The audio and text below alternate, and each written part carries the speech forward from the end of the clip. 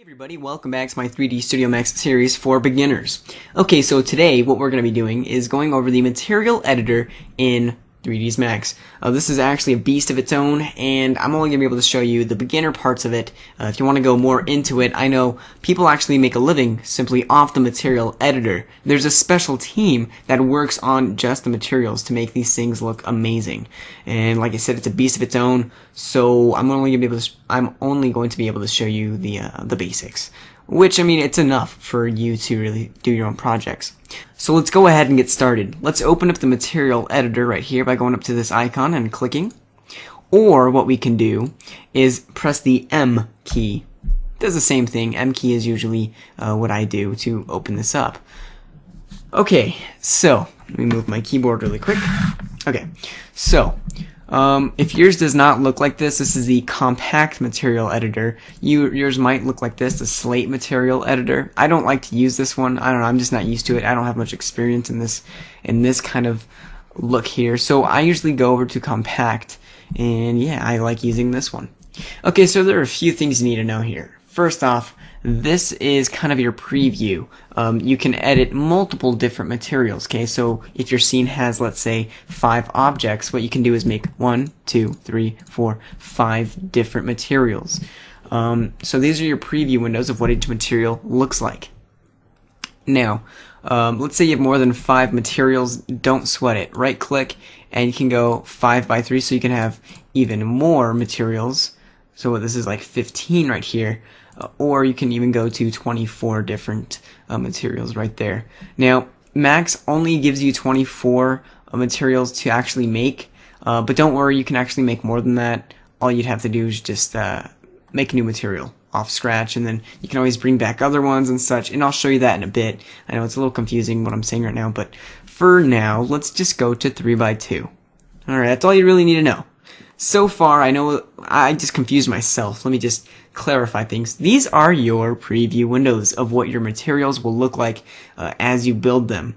And if by any chance you need to make more, what you can either do is right click, go to 5 by 3, right click, go to 6 by 4, or let's go back to 3 by 2, or just, you know, click and drag right here in the middle of each of these materials, and you can, you know, get around like that. So that's all you really need to know right now. Okay. So these are your preview windows, and what you can actually do is change the way each of these looks. So let's say I have a more of a flat object that I'm working on. Come over here, and you can change the, as it says right there, sample type. Click and hold, and boom, it now looks like a cube, and you can see the material as it what it would look like on a cube. I'm sorry if my words are not coming out perfectly. So let's go ahead and highlight, you know, click and hold again and go over to cylinder, and you get the same idea, you know. So I usually just play around in the sphere. Everything works out in the sphere fine, so. Okay, let's go a little bit more in depth here. Now that we're done with this little area and this little button here, let's move down to the ambient, diffuse, and specular level. Okay, normally you don't mess with spec level. You only usually mess with like the diffuse and the ambient. Let me just go ahead and make a sphere, for example, in my perspective view. Great. Now, before I dive into this, I know my ideas are just flying all over the place. By the way, I can already tell this is going to be a long video, so bear with me. You can easily change the color of your object. Like if we render, yes, it comes out as green. You can easily change the color of this by changing the wireframe. Okay, and like I said, that's not the right way to change the color of your objects. This is simply changing the wireframe. So if I select off of it, you can see the wireframe is an orange color.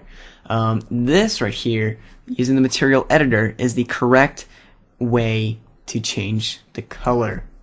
Let me go ahead and drag one of these materials, drag it onto our object, and now you can see, since this is gray, gray, our object is gray, and you can see that the wireframe is still orange.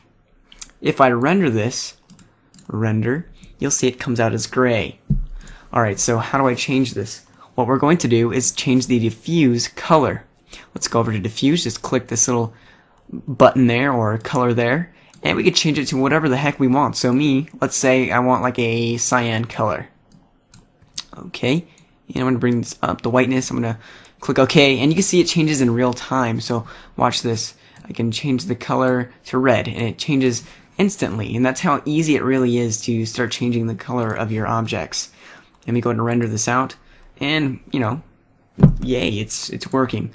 What I like to do, I'm just really quick going to change the segments up just to make it smoother because, well, I don't know. Anyway, if I render that, you'll see it's cyan. Awesome. So that's the diffuse color. What we can actually do is unlock this right here and change the ambient color.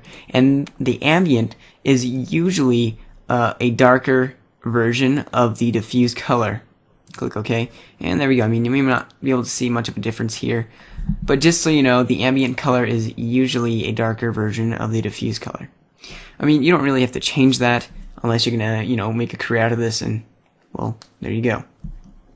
Okay, the next thing you want to know is the specular level and the glossiness.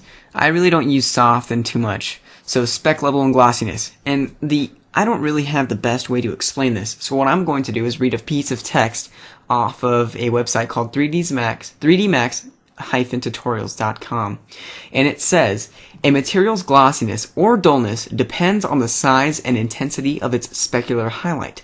In the material editor, the glossiness spinner affects the size of the specular area, and the specular level spinner affects the intensity of the glossiness. Keep in mind, when the specular level is too high and the glossiness is too low, you can get harsh backlights on your surfaces. So that's the best way to explain the specular level and the glossiness, the specular level spinner and glossiness spinner, okay? So let's go ahead and start changing these and see what it does. Keep an eye on the grid, or this graph over here, and also keep an eye on the preview. And what I'm going to do really quick is just double click this thumbnail, and it'll bring me a preview a little bit bigger, and what we can do is extend this bigger, and there we go. Just make it bigger and see what it looks like right next to what we're doing. I'm going to bring the specular level up, and notice how it changes over here. Notice what the graph looks like. And we bring the glossiness up, and check that out. I don't know if you've noticed, but the glossier the object, the smaller the shine. So check out how I raise the gloss, the shine gets smaller. So keep an eye on that. Now let's go ahead and reduce the specular level and see exactly what that does. Oops, it's probably too much.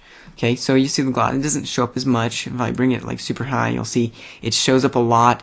So just mess around with these kind of things, okay? Alright. Great. So, that's glossiness for you. And if I go ahead and render this out, you'll see it looks a little more glossy, okay, as compared to if I had it regular without it. Okay, so that's really how you change the glossiness of your object. Okay, so let's go ahead and go over to the opacity spinner now. And if you've ever used Photoshop or any other program that has to do with the opacity, it's really simple. It just tells you how visible the object is, so I can make it like a little bit see-through or not. So if I had another object behind this, let me see if I can make let me make a box or something. Okay, and I'll move that box really quick. Let me minimize this. I move that box so it's kind of behind it. You can see through it. Let me rotate a little bit, take off the grid, and you can see right through that sphere. Okay, if I render it, there you go. That's all it is. That's the opacity, just like any other program. Okay, just shows you how see-through that object is, I guess you could say, or how transparent the object is. Alright, so this video came out to about 11 minutes long, and it's pretty long, and I'm going to cut it here. In the next video, what we're going to do is cover maps. And maps is where all the fun really is in 3ds Max, in the material editor. I'm not joking, this is where you actually get realism out of objects and things like that. Okay, so I'm going to end the video here, and after the maps video, I guess I'll be finished with the material editor. You guys are coming really close to the end of the series, by the way. So, go ahead, click the next video, and I'll see you soon.